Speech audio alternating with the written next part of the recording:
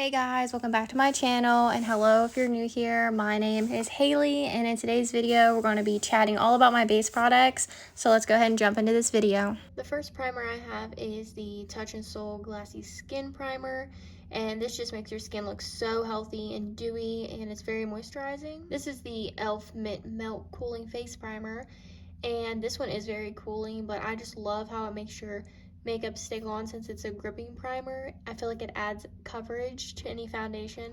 This is the Stila One Step Correct Primer, and I love this. It actually does cancel any redness on my face and just help brighten everything up.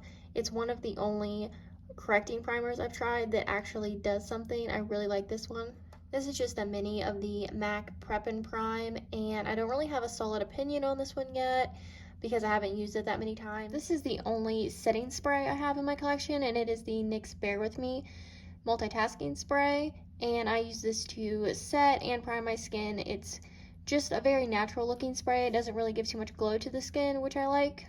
This is the Studio Makeup 10 Moisturizer, and I received this in BoxyCharm, and it's okay. I feel like it's too glowy, honestly. Like, it looks just kind of greasy.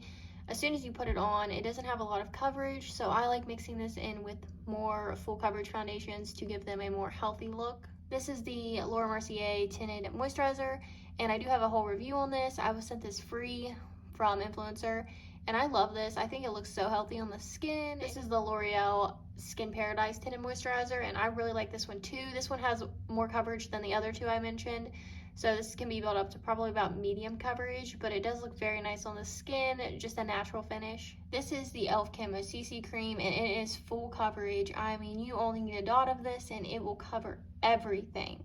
It can look cakey if you go with too much, but I do like this one a lot for covering my acne. This is the Maybelline Fit Me Dewy and Smooth, and I love how smooth this looks on the skin. Like, it is smooth for sure. It makes my skin look very one level, even though I do have texture, so I like it for that reason.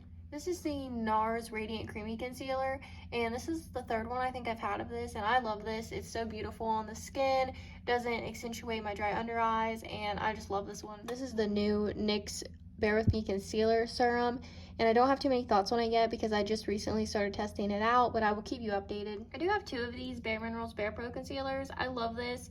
It's so full coverage. I use this sometimes just on its own to cover my blemishes when I'm not wearing any foundation. And I do have a shade for when I'm self-tanned, and then a lighter shade as well. This is a concealer palette by Milani that I picked up at Marshall's because I thought it looked interesting, and I do really like this. It's full coverage, it's a thicker concealer, so I like to use it on blemishes, and I like that it has this brightening shade in it as well. This is a powder concealer by Bare Minerals, and I love this stuff. It offers so much coverage. Like, this thing covers everything, and I love it, and I would seriously have used it up by now. But this is the lightest shade, and it's bisque, and it is so dark. Like, I just cannot believe this is the lightest shade. Please, Bare Minerals, come out with lighter shades in this because it is a great product. This is going to be my first powder that I'm talking about, and it is the Essence Brighten Up Banana Powder, and I love this. This is probably my favorite powder, and I will repurchase this one because it does not make my skin look dry. It is the only powder I can just slap all over my face on top of my foundation and not worry about it clinging to anything. I love this. This is just a little baby of the Ciate London Extraordinary Translucent Powder, and I just recently started using this one. I received it, I think, in like a Sephora add-on order or something, and I don't have any opinions on it quite yet because I'm still just testing it out. Same with this one from Makeup Forever. I received it free, like as a little add-on with a Sephora order, and I'm still testing it out as well.